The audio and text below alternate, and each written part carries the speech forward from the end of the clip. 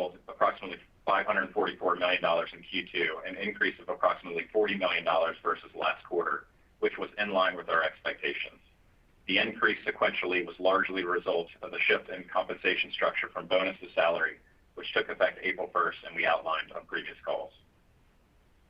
As it relates to sales and marketing, we increased our spend in Q2 driven by signs of a recovery, although total marketing spend was still well below pre-pandemic levels. For Q3, we are balancing investing into the recovery to build our brands with recent softening trends in bookings that we've observed in July that Peter mentioned. The net of all of this is we anticipate that we will further close the gap versus pre-pandemic spend, although it will still be well below Q3 of 2019. In total, adjusted EBITDA was $201 million and included a negative contribution from Agencia, which showed some improvement but continued to lag our retail business. We attribute the approximately $260 million of sequential improvement in adjusted EBITDA to typical seasonality, as well as the improving trends we've mentioned throughout the call. On to free cash flow, which totaled approximately $2.3 billion in Q2 on a reported basis. Excluding the change in restricted cash, which is primarily driven by the change in Vrbo's deferred merchant bookings, free cash flow was approximately $1.8 billion. Moving on to the capital structure. In terms of the balance sheet, we continue to be investment grade rated today and would point out that Moody's recently changed our outlook to stable from negative. There's also no change in our financial strategy going forward. We remain committed to delevering back to more historical levels as the recovery continues to progress, while also continuing to look for ways to reduce our cost of capital, with the underlying goal to be in a strong enough position to restart our capital return program to shareholders. In May, given the positive trends we were witnessing, combined with the confidence in our liquidity position, we paid down 50% of the preferred stock that we issued in 2020. We have the right to pay off the remaining balance at any time, and we're closely monitoring and intend to pay it off when it's prudent to do so. So that's, again, something that we'll continue to watch over the course of the year and going forward. That said, I remain confident in our liquidity position, which includes approximately $5.5 billion in unrestricted cash, as well as a $2 billion untapped revolver. In closing, we're pleased with the further stabilization of our business in Q2 and remain optimistic about the future of travel, and that it will come back, as Peter mentioned earlier, and will be like something that we haven't quite seen before. And with that, Emma, we're ready to take our first question.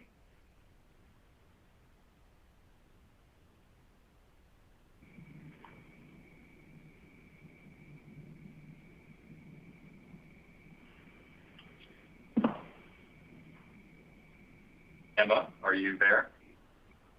Hi there. In order to ask a question, please press star followed by 1 on your telephone keypad. If you wish to retract your question, please press star followed by 2.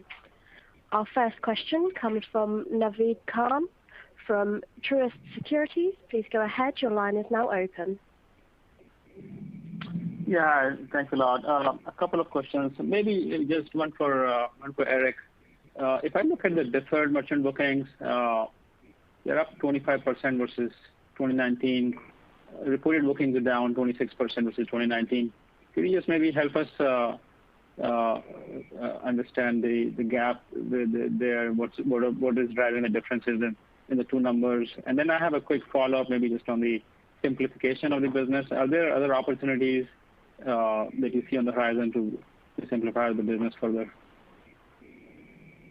How about if I take the first one and Peter, perhaps you take the second one. So on the first one, our deferred merchant bookings balance was approximately $8.24 billion as of the end of June. And if you compare to June the previous year, it was approximately $4.6 billion.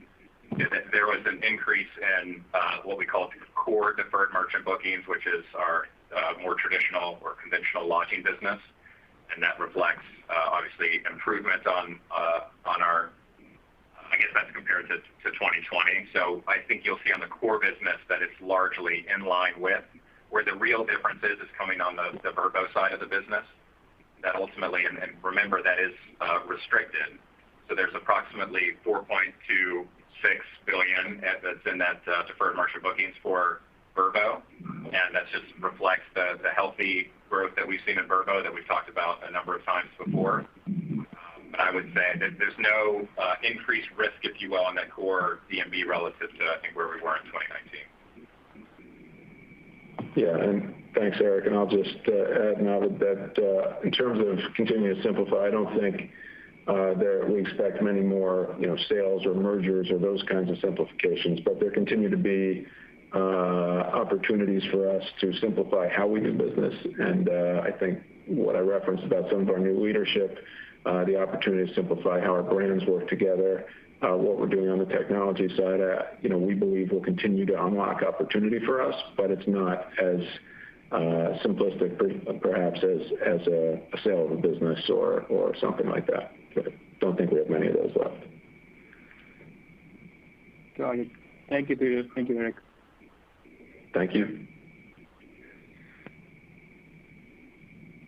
Our next question today comes from Kevin Kopelman from Cowen. Please go ahead, Kevin. Your line is now open. Oh, great. Thanks so much. Could you give us a sense of where lodging bookings shook out relative to 2019, both in the second quarter and then what you're seeing in the Q3 quarter to date? Thanks. Yeah, so I'll take a go. Eric can add color. Basically, we saw, as I mentioned, a good step function improvement in the second quarter, particularly into June, and we're feeling quite good about that. July started out a little down, and as Delta has relative to June, and as Delta has reared its head, we've seen some more volatility, and July is sort of in line with the earlier part of the second quarter. So, hard to tell how the rest of Q3 will shake out. It's been, very responsive to the news cycles, but we're obviously optimistic that more openings, talk of the U.S. opening to international vaccinated travel, et cetera, will create more opportunities, particularly, as I mentioned, in the international business, which has been a relative strength of ours. So, June was the high point. July is looking a lot like April and May. Yeah, and then in regards to Vrbo in particular, and we're not going to go into the detail, if you will, on the trends in Q2, but as you think about it going forward, the business continues to perform well, continue to be excited about it. We're seeing terrific consumer engagement in it. And one of the things that we are seeing is that there continue to be longer booking windows associated with Vrbo. And as we project forward into Q3 and beyond with those longer booking windows, our hypothesis is that people have been exposed to the category. They've had a great experience. They're looking to book again. They also saw compression that was occurring, particularly during the summer. So people are going in and reserving the house that they want for, whether it's the holiday season or even into next year as well. So, again, time will tell in Q3 and Q4 going forward what seasonality looks like in the state of the world that we're in, but we continue to see some really interesting trends from longer data bookings for Vrbo. Thanks, Eric. Thanks, Peter. Very helpful. Yeah. Thank you, Kevin. Our next question today comes from Mark Mahaney from Evercore ISI. Please go ahead, Mark. Your line is now open. Okay, maybe I'll try to. One, I just want to ask just a numbers question. Sales and marketing as a percentage of revenue, and I know this is a shortcut, but was higher in the June quarter than we've seen in quite some time. I think it was the highest we've seen in the June quarter in several years. And I know you've gone through a lot of efficiencies. I think, Peter, the expression you used was volatility in performance marketing. So just talk about how illustrative the June quarter was in terms of the optimization that you want out of your brand and performance marketing spend. You look at that number and you say, well, that's the opportunity, and or did that level of sales and marketing spend come in largely as you had expected? Yeah, thanks, Mike. I think. Sorry, go ahead.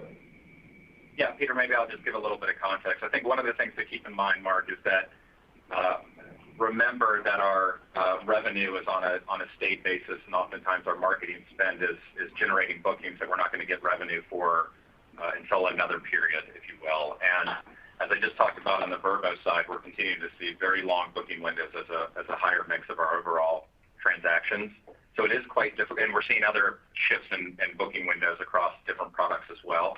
And so being able to compare quarter over quarter to historical quarters, it is quite difficult. So I just caution you that simplified form that you admittedly said was simplified, we have to be a little careful of that because of those booking windows looking around and the difference between marketing spend, booking, and stay days.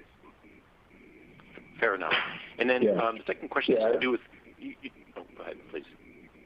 No, go ahead. Go ahead, Mark.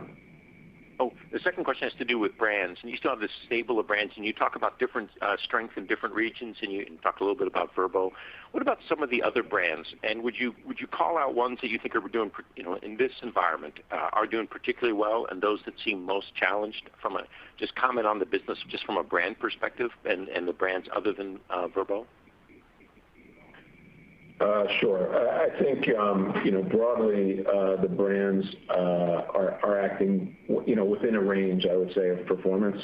But we have seen, as I've mentioned, I think before, opportunities, for example, in Australia, where our local brand What If and our local VR brand have performed very well because they had a domestic travel bias in that market. And therefore, in a world where there was much more domestic travel, we leaned into those brands relative to leaning into, let's say, Expedia brand, which has more of an international appeal or an international travel appeal. So we've seen regional moves like that. I think broadly, though, and you see some reactions. We believe Hotels.com has a slightly higher percentage of unmanaged corporate travel within it. And of course, corporate travel has been greatly reduced during COVID. So we've seen some movements like that. But I would say broadly, the brands have performed within a range of one another. We are doing a lot of work to figure out long-term how we want the brands to work together as a family of brands rather than as competitors. I've mentioned some of that within performance marketing, but I think you'll see that broadly across the enterprise as John and the team get to rationalizing how we can make those brands all additive to one another as opposed to competitive. And we are continuing to market, again, fairly aggressively behind the brand spend. And my comment about the volatility in performance marketing is just to say there continues to be a lot of risk in getting over your skis in performance marketing because of the volatility in cancellation rates, shutdowns, other things. So on balance, we are slightly more biased towards brand building. And yes, this is a time where we feel, for the reasons I said, that travel is going, when it can rebound fully, it is going to be extremely robust. And this is not a time where we want to be quiet in the market. So we are doing lots of things, including our recent move to support UNICEF, et cetera, to get in line with our customer base, get them, invested in our brands and the relationship, and drive that for when the future comes pouring in. And while that is volatile and we don't exactly know when that will be, we know it's coming. So we want to make sure we're there for it. Thank you, Peter. Thank you, Aaron. You bet. Our next question today comes from Deepak Mathivanan from Wolfe. Please go ahead. Your line is now open. Great. Hey, guys. Thanks for taking the question. Just a couple ones. So first, Eric, can you help us think about take rates and booking window dynamic for the second half? With all the moving pieces, it's a little bit of a challenge to kind of translate bookings to revenues. Any additional color that you can provide there on, take rates and booking windows based on what you're seeing in July would be great. And then the second question, can you talk about the supply acquisition campaigns on the Vrbo side? How has supply side generally has been, at Vrbo?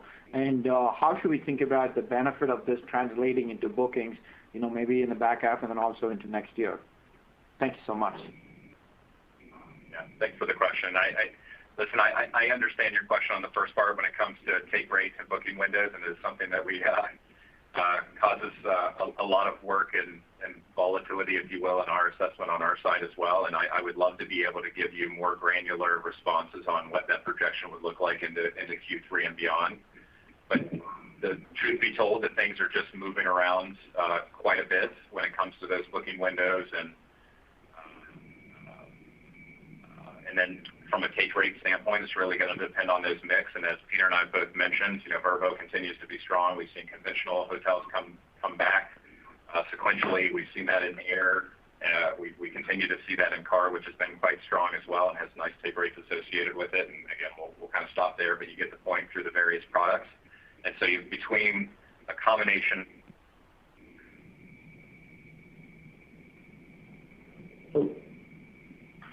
Don't know what happened there. Apologies. I think Eric cut out on us. Hopefully you can still hear me. I'll just finish by saying where he was going is the combination of mix has been really different during COVID. So it's a hard thing to tie back to historic levels. Air and other things are down more considerably than lodging, car, et cetera. So it's a little hard to give you much guidance there, except to say, we expect to see continued mix shift during this somewhat COVID period we are in. But we also believe that over time, and broadly, everything will revert to the mean in terms of mix, and we should see more predictable take rates, in that period. Okay. Thanks, Peter. And then the second one on supply acquisition campaigns related to Vrbo. Oh, yeah. Can you talk a little bit about that? Yeah, sorry about that. Yes, we have been focused, I think we said it last quarter, but our principal focus has been on compression markets, and we've seen good growth there and good additions. And when we can add inventory there, we see very good return on that effort. We have not gone to sort of a broad global return to everywhere acquisition strategy because we just don't think it's a prudent use of resources as so many places are still closed down, but we are taking a much more targeted approach. And as the world opens up, I think you'll see us expand those targets. But in general, when we've been able to add inventory, again, focused on compressed areas, that has been, quite productive for us. Got it. Thanks, Peter. Thanks, Eric. Yeah, thank you. We'll find Eric.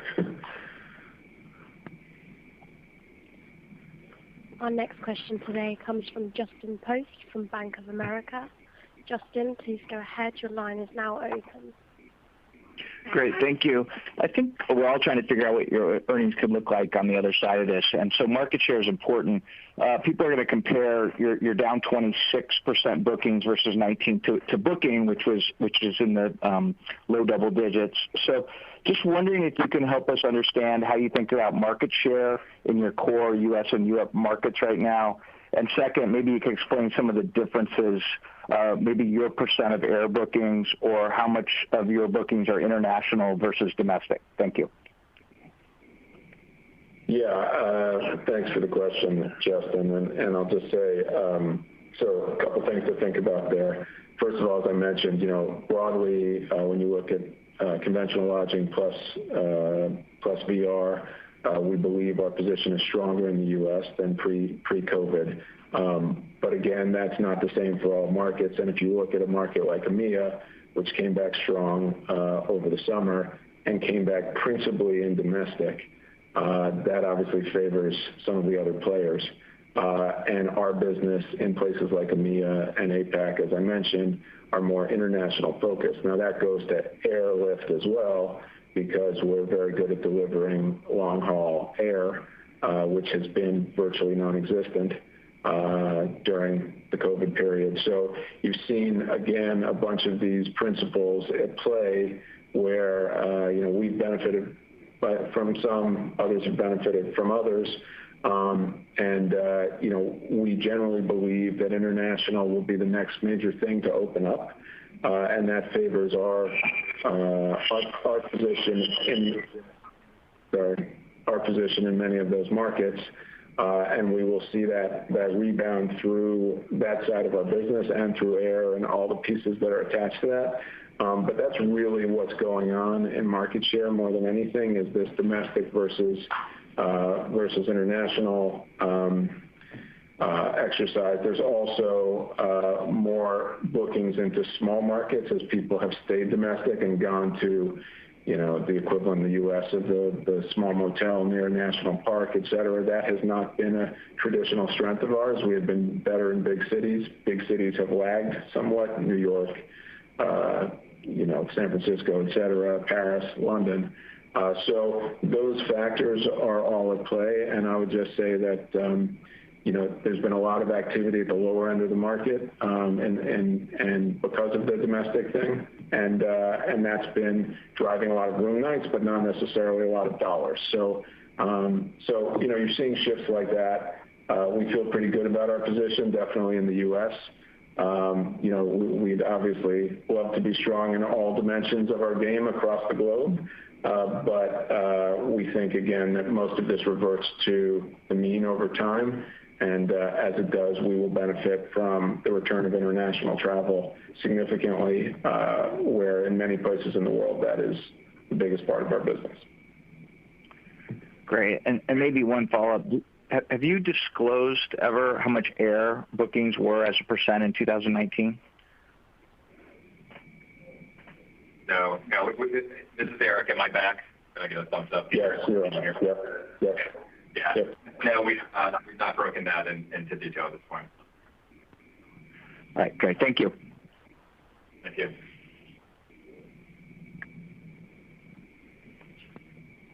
Our next call today comes from Brian Nowak from Morgan Stanley. Brian, please go ahead.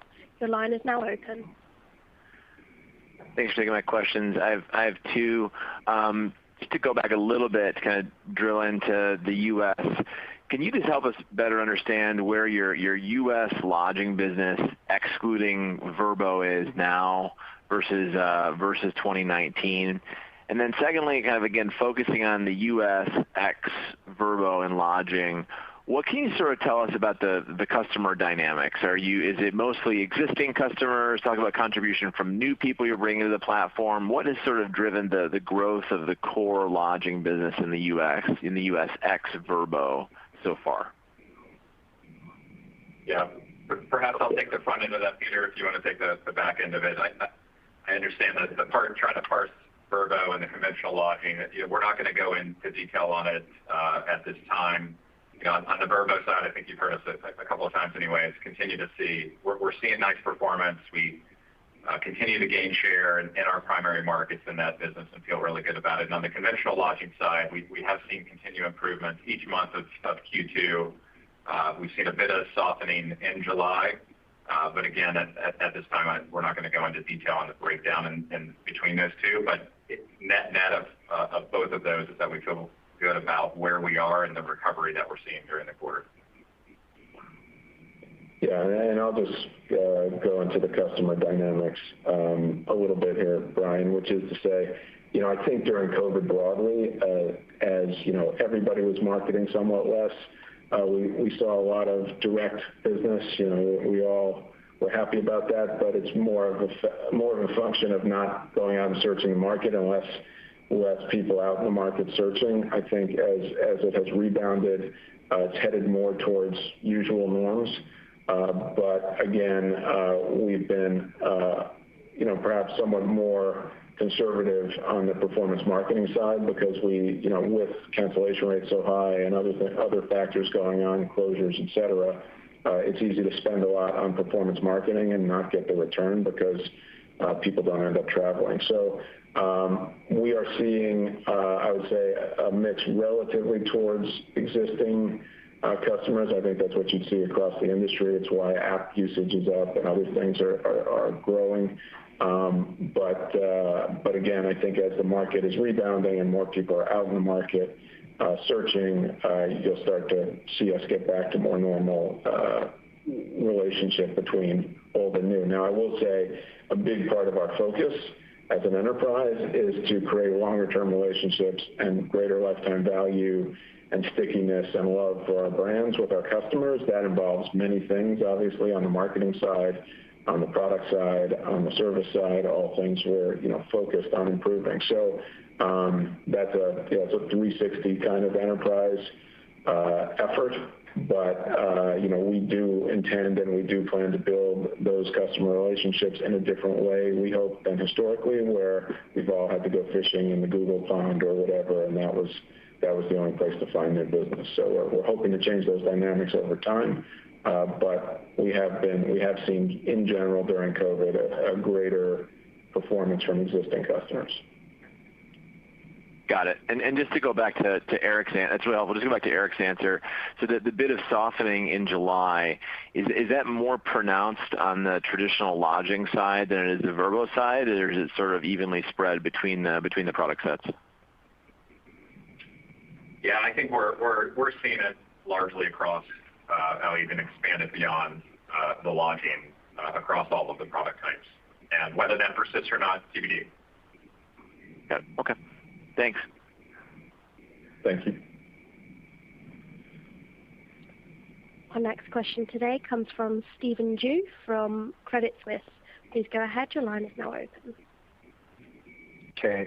Thank you so much. So, Peter, I think we wanted to kind of talk about potential permanent changes to consumer behavior. I think, vacation rentals versus hotel is fairly well understood, but, are you noticing any change in terms of folks favoring agency versus merchant? Because I'm sure they probably learned last year that paying ahead of time and trying to get refunds later on is probably something that they probably don't want to do again. So are there kind of hence sort of meaningful differences in the conversion rate between the two types of transactions you can call out, and does that positively or negatively influence your customer acquisition strategies going forward? Thanks. Yeah. Thank you, Stephen. Go ahead, Eric.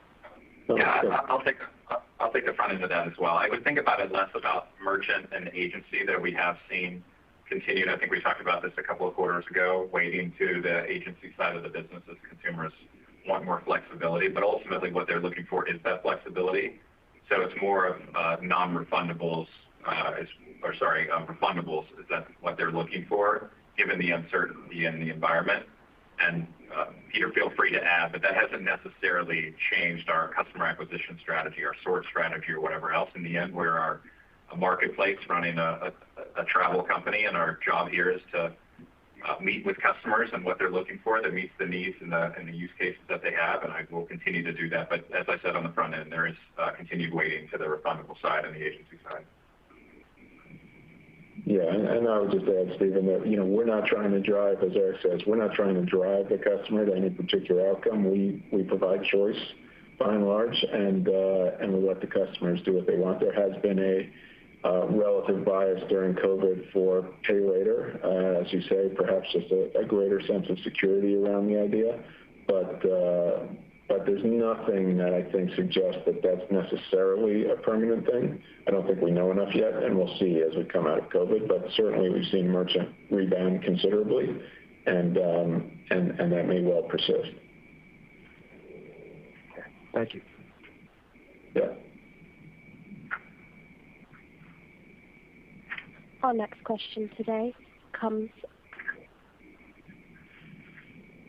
from Mario Lu. Mario, please go ahead. Your line is now open from Barclays. Great. Thanks for taking the questions. I have two on ADRs. They're up 21% this quarter year on year, and I believe 22 versus 2019 levels. So any further breakdown you can provide in terms of this growth, whether it's geo mix, organic rate increases, or shift to Vrbo, and how sustainable do you think this is for the back half of the year?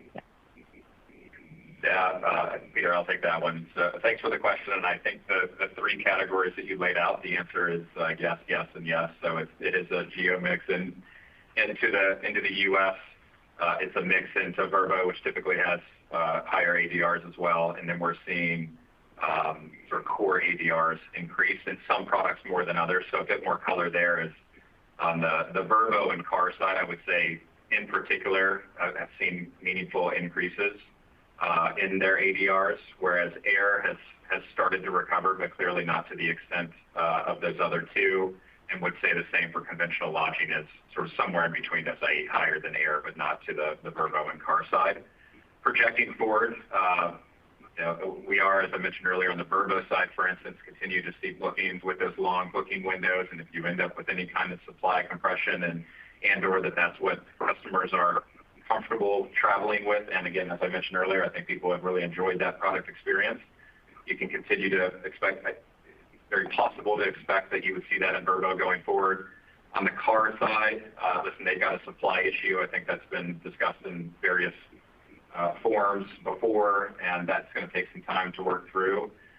But how much demand remains for car as we get out of the summer season is a bit TBD. And as generally, presuming that July is a bit of an anomaly, if things start to recover again, I think you would continue to see ADR increases or healthy levels, if you will, going forward. So again, not going to get into specific of trying to predict where exactly those are going to land, but that gives you a sense of the trends that we're seeing across the different products. Got it. Thank you. Thank you. Our next question today comes from Jed Kelly from Oppenheimer. Please go ahead. Your line is now open. Hey, great. Thanks for taking my question. Questions two, if I may. Just can you give us an update on the Vrbo integration with brand Expedia? How's that trending, and how are you trying to think about that ahead of the winter?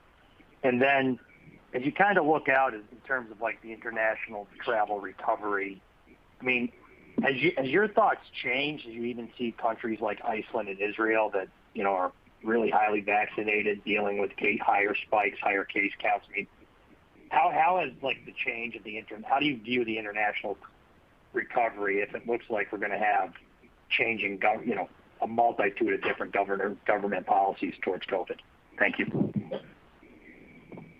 Yeah, thanks, Jed. I think I'll do your second one first. It's frustrating and confusing and complicated. You know, countries have taken different approaches, even within the EU, where we spent a lot of time with EU commissioners about trying to synthesize, the rules and make them consistent, because people traveling within the EU have issues with what the protocols are. So, it remains a big unknown. I would say we know that vaccines are, definitely the biggest part of the answer, at least that we can see so far. And of course, there's lots of work going on other treatment protocols, et cetera, for COVID. So I think we'll continue to see, improvements, and ultimately COVID will be something the world learns to live with, and people will be traveling again. So we're starting to see international travel. It's not zero. We're starting to see conversations. Today, the U.S. government, it was quoted that Biden is considering opening up the U.S. to foreign travelers who are vaccinated. So I think we'll continue to see that push as countries want to get their tourism businesses back and their business travel businesses back. So they're countervailing issues, and I think there will continue to be pressure for people to find ways to make it happen. But we're clearly not done seeing pockets of issues with COVID and reactions from local or national governments to that issue. So I think that's why I say there's a variety of unknowns out there, and we're just playing it out and trying not to end up upside down, over marketing to a market that ends up with a problem. So that's one part of it. And then on the Vrbo integration, I would say it's work that continues. It's not where we want it to be. We have more content on Bex and actually on Hotels.com, but the end-to-end customer experience is not where we want it to be. So we are iterating on that as we continue to make progress towards unifying our tech stacks for our lodging business. It's a core part of that process. But I would say it's not the most important thing in that process. It's a good opportunity for us and something we believe in. But there's a series of steps as we bring those stacks together. And it continues unabated, but it's not where we want it to be yet. Thank you. Yeah. Our next question today comes from James Lee from Mizuho. Please go ahead. Your line is now open. Thanks for taking my question. Can you talk about, with the new CTO coming in, maybe talk about some of the top priorities that he'll be undertaking? And also, secondly, I think last quarter you guys talked about the success of integrating the marketing platform, something like 75% on that platform. Can you give us an update and maybe a little bit implication on the efficiency of the marketing in the back half? Thanks.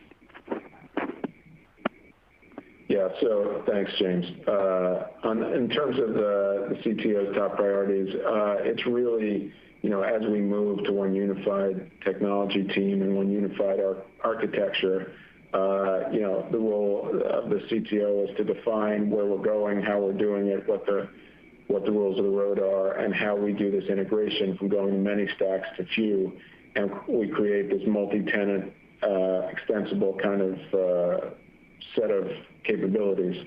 And I think it's a broad process. It cuts across all the technology in our enterprise. And Rafi is, hard at work driving that.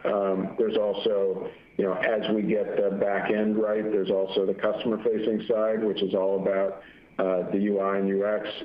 We want to be an app-first company, and we're driving progress to be that. We want to be design-focused, and we have a focus on a new head of design, building out that capability in the enterprise. So it cuts across many things, and it's really about bringing excellence to all those disciplines so that we can just give the best customer experience we can and drive improvements across, all the pieces, conversion, engagement, all the things we want to have. As far as the marketing question goes and bringing our performance marketing together, I would say that number is, up from 75 to probably closer to 85 to 90. But again, the more, that's sort of a benchmark, which is to say it's how we're getting everything on common tools, common data sets, common algorithms. But what's exciting now is the opportunity to begin to test new algorithms, test opportunities across brands, test the opportunity to gain efficiencies in how we market multiple brands and performance marketing, et cetera. We're in the early days of that, but that is what these achievements of getting to this state have given us. And I would say we're in a funny time where traffic patterns are unusual because of COVID. So you're sort of testing into new algorithms and doing a lot of new performance marketing against a backdrop that's a little bit unusual and confusing. So we don't always have the volumes to test everything, but there's a lot of exciting work going on there. And as I've said all along, we believe that will generate meaningful efficiencies and better operation in terms of performance marketing. But it is hard to benchmark because we don't have normal traffic levels and normal patterns. So it's hard to say, it's going to give us X% more efficiency or Y. We have to see it in action against a, more typical backdrop. So more to come on that, but we're making, steady and strong progress, and we're a long way down the consolidation of tools and data and all the things that those percentages reference. Okay, thanks, Peter. Thank you. Our next question is from Andrew Boone from JMP Securities. Please go ahead. Your line is now open. Hi, guys. Thanks for taking my question. On marketing, on brand spend specifically, can you talk about what brands and where you're investing? Is this supporting brands that are a strength, or are you guys building brands anywhere else? And also, should we think of this as more of a permanent change to your marketing strategy, or as cancellation rates normalize, are you guys going to shift the spend back to more of historical type levels? Thank you. Yeah, thanks, Andrew. I would say a couple things. One, yes, we're investing in relative strength. So, for example, Vrbo has been an area of considerably increased investment during the past several quarters. Other opportunities regionally where we've put money, whether that's in traditional brand spend or social or other things. So regional brands in some cases have seen increases as well. I would say, while we are leaning into that, and we are leaning into our biggest brands, obviously, in strong markets like the U.S., we believe we can do a lot better in terms of brand messaging, getting cleaner on the brand propositions, and as I mentioned, getting all the brands to work together as a family of brands as opposed to as sort of traditional, almost competitors.